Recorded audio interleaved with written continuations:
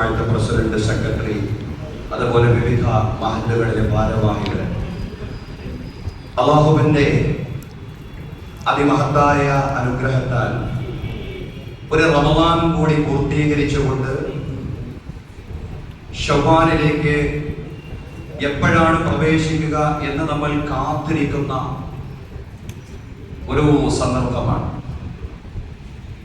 എപ്പോഴാണ് നമ്മൾ ശവ്വാൽ മാസത്തിലേക്ക്, അതല്ലെങ്കിൽ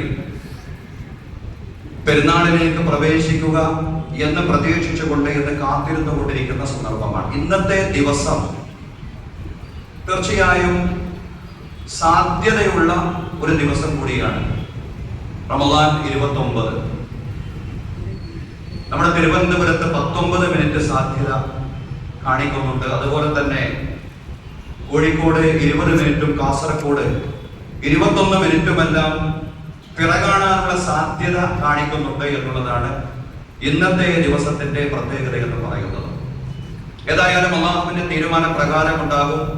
30 പൂർത്തീകരിക്കാനാണ് ഉദ്ദേശിച്ചതെങ്കിൽ നാളെ കൂടി നോമ്പായിട്ട് മറ്റന്നാളായിരിക്കും. അതല്ല, ഇന്ന് തന്നെ പിറകണ്ട വിവരം നമുക്ക് ലഭിക്കുകയാണെങ്കിൽ നാളെ തന്നെ ആയിരിക്കും നമ്മുടെ പെരുന്നാൾ. അൽഹംദുലില്ലാഹ്, എന്തായാലും റബ്ബിനെ നമ്മൾ ശുക്ർ ചെയ്യണം.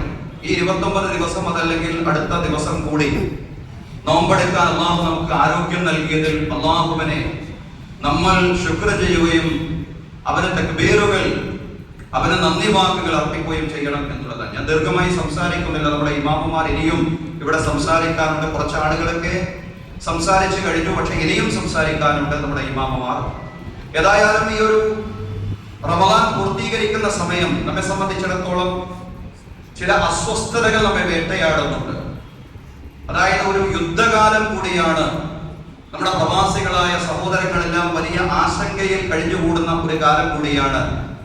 അതുകൊണ്ട് നമ്മുടെ ഈ പെരുന്നാളിലേക്കുള്ള ഏറ്റവും വലിയ സന്ദേശം എന്ന് പറയുന്നത് ലോകശാന്തിക്കായുള്ള പ്രാർത്ഥനയാണ്. യഥാർത്ഥത്തിൽ വിശ്വാസിയുടെ ലോകത്തോടുള്ള സന്ദേശം ശാന്തിക്കായുള്ള പ്രാർത്ഥനയാണ്. അസ്സലാമു അലൈക്കും എന്ന് പറഞ്ഞാൽ എന്താ? നിങ്ങൾക്ക് സമാധാനം ഉണ്ടാവട്ടെ, ലോകത്തിന് മുഴുക്കയും ശാന്തി ഉണ്ടാവട്ടെ, സമാധാനം ഉണ്ടാവട്ടെ എന്നുള്ളതാണ്. അതാണ് ഓരോ നമസ്കാരങ്ങളിൽ നിന്നും വിരമിച്ചു കഴിഞ്ഞാൽ നടത്തുന്ന പ്രാർത്ഥനയും. അല്ലാഹുമ്മ അൻതസ്സലാം വമിൻകസ്സലാം തബാരക്ത യാ ദൽ ജലാലി വൽ ഇക്റാം. നാഥാ, നിന്നിൽ നിന്നാണ് ശാന്തി, നിന്നിലേക്കാണ് ശാന്തിയുടെ മടക്കം. സഹോദരങ്ങളെ, ഈ പ്രാർത്ഥന നമ്മൾ എപ്പോഴും പ്രാർത്ഥിച്ചു കൊണ്ടിരിക്കുകയാണ്. പക്ഷേ അത് ഹൃദയസ്പർശിയായിട്ടുള്ള അവസ്ഥയിൽ നമ്മൾ പ്രാർത്ഥിക്കേണ്ടുന്ന സന്ദർഭമാണ് പുതിയ സന്ദർഭം എന്ന് പറയുന്നത്. ഞാൻ മെല്ലെ സംസാരിക്കാൻ കാരണം അത് വിവരങ്ങൾ കിട്ടുകയാണെങ്കിൽ അതാണല്ലോ പ്രധാനം.